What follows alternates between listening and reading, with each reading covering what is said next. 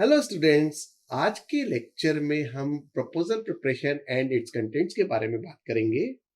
तो इसका जो पहला पार्ट है वो हम उसको लेंगे प्रपोजल प्रिपरेशन।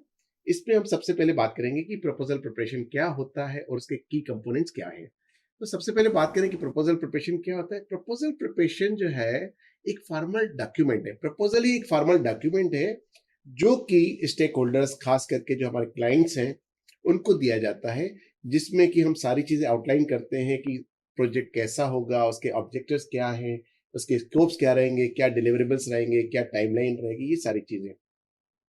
अब इसके लिए हमको काफी सारी इंफॉर्मेशन गैदर करनी पड़ती है, फिर उसको एनालाइज करना पड़ता है और उसके बाद हम एक डॉक्यूमेंट तैयार करते हैं जिसका नाम होता है प्रोजेक्ट प्रपोजल। अब इसको जो वो जो डॉक्यूमेंट है हमारा, वो हमारे सारे स्टेक होल्डर्स, खास करके क्लाइंट्स की नीड्स को और उसके जो कंसर्न्स को एड्रेस करता है। तो बात करें कि इसके कंपोनेंट्स क्या क्या रहते हैं, तो इसमें सबसे पहला कंपोनेंट रहता है एग्जीक्यूटिव समरी। अब एग्जीक्यूटिव समरी में क्या इंक्लूड रहता है कि भाई जो प्रोजेक्ट का है पूरा ओवरव्यू, उसके ऑब्जेक्टिव्स, स्कोप और जो आउटकम हम देने वाले हैं प्रोजेक्ट के जरिए, वो आएगा। फिर आता है आपका इंट्रोडक्शन। इंट्रोडक्शन में प्रोजेक्ट का कंटेक्स्ट आएगा कि ये प्रोजेक्ट क्यों किया जा रहा है और उसका सिग्निफिकेंस आएगा और उसका अपना क्या अपना आउटकम आ सकता है, वो सारी चीजें आ जाती हैं। फिर आता है हमारा प्रोजेक्ट ऑब्जेक्टिव। प्रोजेक्ट ऑब्जेक्टिव भी एक कंपोनेंट है हमारे प्रोजेक्ट प्रपोजल का। इसमें हम प्रोजेक्ट ऑब्जेक्टिव में क्लियर एंड मेजरेबल ऑब्जेक्टिव, यानी जिसको हम मेजर भी कर सकते हैं और क्लियर भी होने, जो डिफाइन करे कि हमारा जो आउटकम क्या आएगा, प्रोजेक्ट का आउटकम क्या आएगा। ठीक है ना। फिर आता है स्कोप ऑफ द वर्क, यानी प्रोजेक्ट, इस प्रोजेक्ट के जरिए प्रपोजल में ये हम लिखते हैं कि इस प्रोजेक्ट के जरिए हम क्या क्या काम करके देंगे, कितने टाइम में करके देंगे और क्या क्या काम इसमें नहीं रहेंगे और क्या क्या इसकी लिमिटेशंस रहेंगी।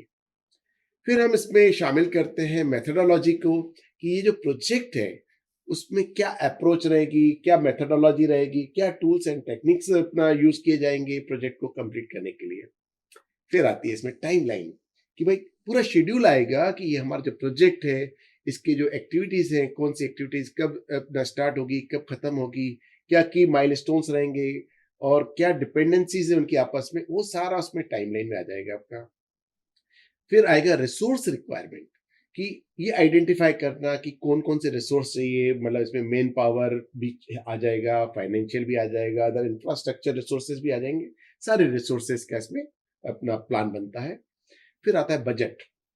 पूरा डिटेल्ड कॉस्ट एस्टिमेट बनाया जाता है प्रोजेक्ट का, फिर अकॉर्डिंगली उसके हिसाब से फिर अपना जो बजट तैयार होता है। अब इसमें जो कॉस्ट एस्टिमेट में लेबर का भी कॉस्ट एस्टिमेट होता है, मटेरियल का भी होता है, कॉन्टीजेंसीज भी रहती है, ये सारी चीजें मिलके हमारा कॉस्ट एस्टिमेट बनता है और उसके आधार पर ही हमारा बजट निर्धारित होता है। फिर आता है हमारा रिस्क मैनेजमेंट प्लान।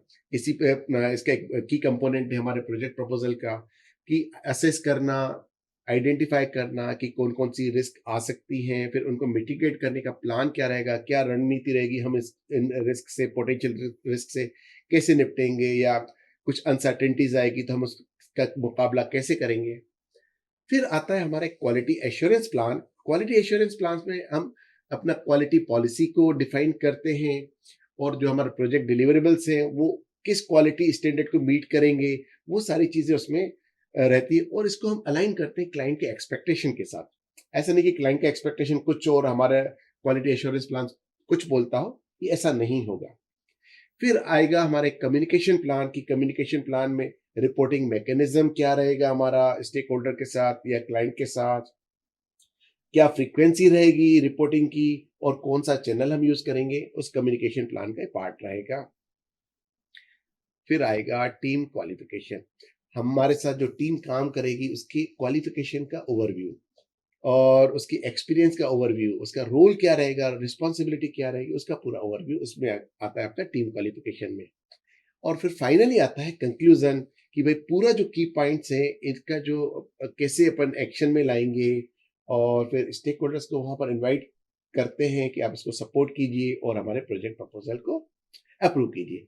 तो आज के लिए इतना ही। अब हम अपने अगले लेक्चर में इसी का दूसरा पार्ट लेंगे। तब तक के लिए थैंक यू वेरी मच।